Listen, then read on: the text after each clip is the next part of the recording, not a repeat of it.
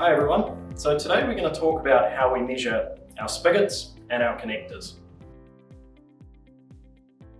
With regards to our spigots, our 100mm diameter spigots are measured externally and all other spigots are measured internally.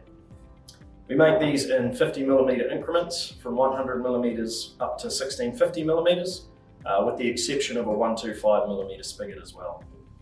The overall height of our spigot measures 89mm. You have a 37mm head and a 52mm tail. With that tail, we generally recommend that you leave at least 15mm if you wish to cut it down, and that just allows the heat to dissipate when you're welding them on. So with our connectors, we measure the diameter to correspond to the spigot so that they always fit the corresponding diameter of spigot.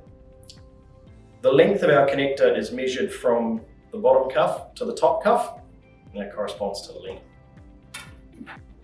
Thanks everyone for watching. If you have any further technical questions about the BFM product range, feel free to leave them in the comments below.